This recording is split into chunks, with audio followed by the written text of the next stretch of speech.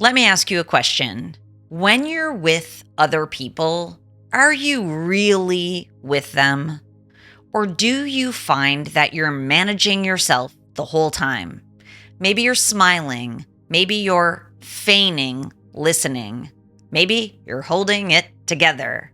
Or maybe you're not. Connection might look fine, but on the inside, you feel restless. This is one of the most common experiences of modern life, and almost nobody knows how to name it. We assume it's personality. We've talked lately about it being introverts or introversion, social anxiety, burnout, or just living in the times that we live in. But what's actually happening is much deeper than people realize. Yes, this is a cultural phenomena, but it's also a neurological one. It's quietly reshaping people's sense of self. It's quietly reshaping your sense of self. This episode is brought to you by my HarperCollins published book, Mind Over Explicit Matter.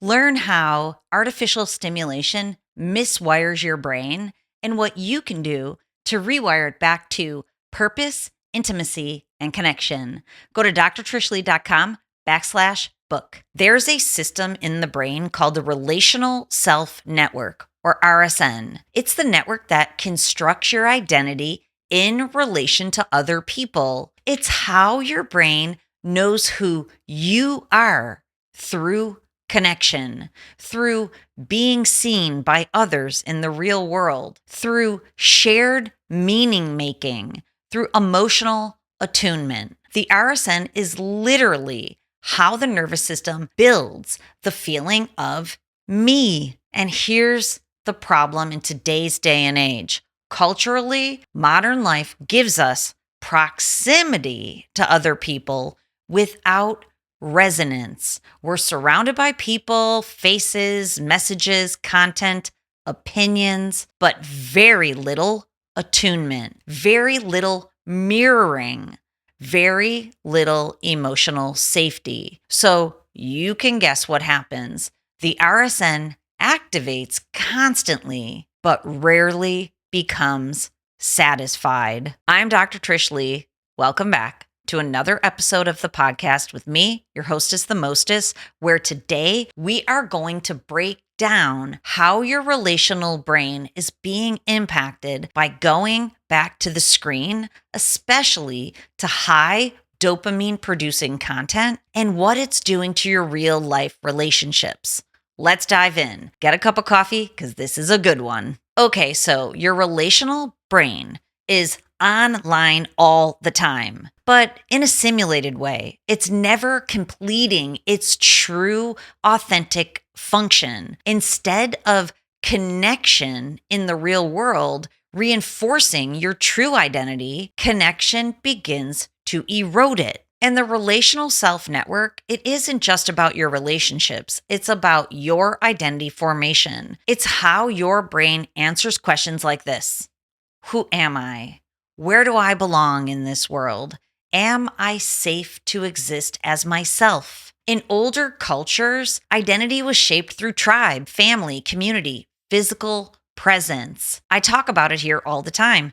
As one of 6 children growing up in a small home, my identity was formulated to become intellectual, to shape the way I was seen in my family. That's how I became known. It was reflected to me. That's how I got seen. And whether it's healthy or not, we had more experience with other people to help us create our true identity, help us create more self-awareness so we can continue to grow. This is how we're known.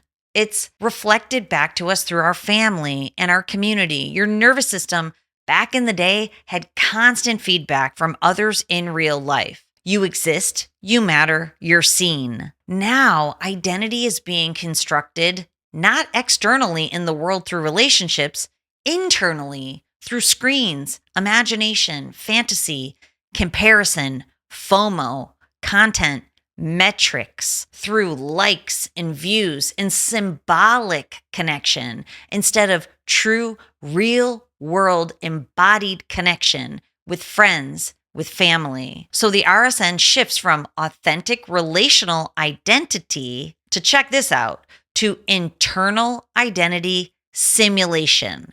Hear that again. Simulation. People still feel like they need connection, but their nervous system no longer expects it to be safe or satisfying in the real world. So the brain adapts. It starts sourcing meaning internally instead of relationally. This is where you, as an individual, might feel the rise of emotional numbness, of social exhaustion, of digital attachment, of fantasy-based stimulation. You probably feel it as motivation collapse and intimacy shutdown. You might even feel it as SAD, sexual arousal dysfunction, namely ED. This doesn't happen because people don't want connection. It happens because the RSN has learned that connection in the real world is effortful, unpredictable, and rarely nourishing. So it down regulates. Loneliness stops being a state and it becomes an identity. I am alone, even with people. This is the identity fragment. Now we know this is happening culturally, not just to individuals. Napoleon Hill wrote so long ago in Think and Grow Rich, the mind attracts the things it dwells upon. But what happens when the mind dwells primarily on internal stimulation instead of shared reality? What happens when the brain is trained to source meaning from fantasy, scrolling, imagination, simulation, instead of being mirrored by other nervous systems, instead of having to show up? The culture becomes psychologically introverted, not shy, not quiet, internally absorbed. Mel Robbins says it like this: you are one decision away from a completely different life. I love that. But what if your nervous system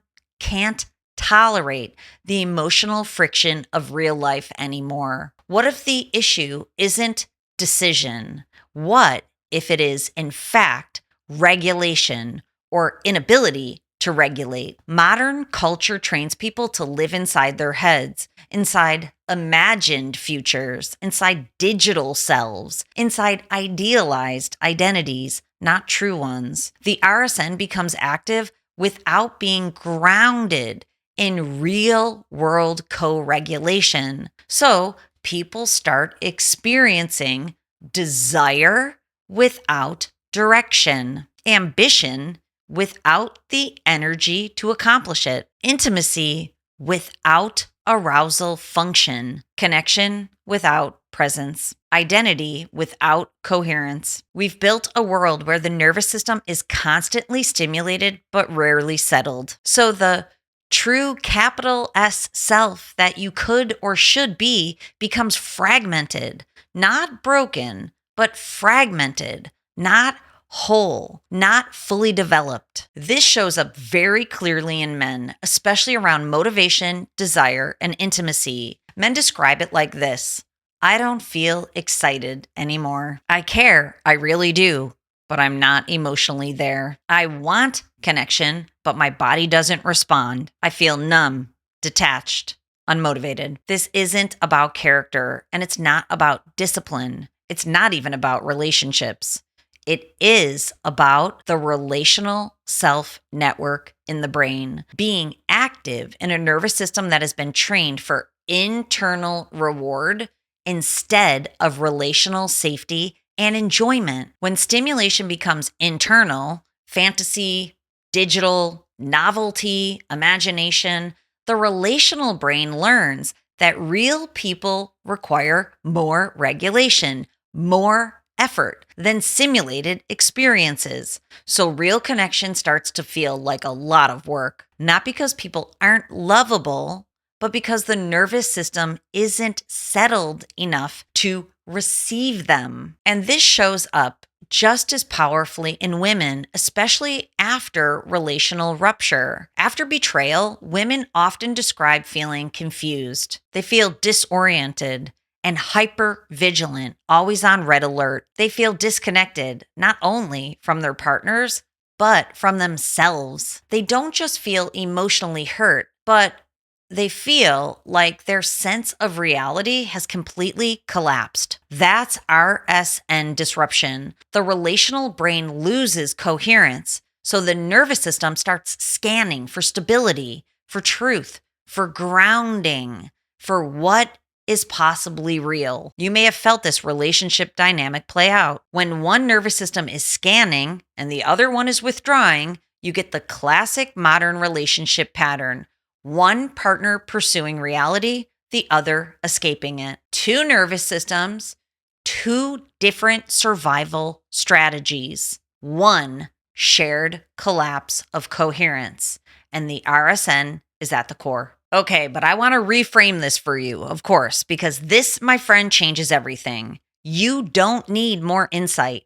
You don't need better communication, even though it will come when your brain is regulated. You don't need more discipline, but you get that too. What you need is nervous system regulation. You need more brain control. The rewire happens when the nervous system learns to experience connection as safe again. Not super duper exciting, not dramatic, but safe. When the RSN stops downregulating and the posterior cingulate cortex shifts from rumination to coherence, that's when the magic starts to happen. When your frontal brain networks stabilize, when the brain updates its core model, you know what happens then. People equal safety and joy again, and presence returns. You get to experience your life again, not just watch it unfold. Then, of course, your desire for worldly experiences returns. Your motivation returns. Intimacy can return. Healthy sexuality and arousal function. Now, for me, this is the best part.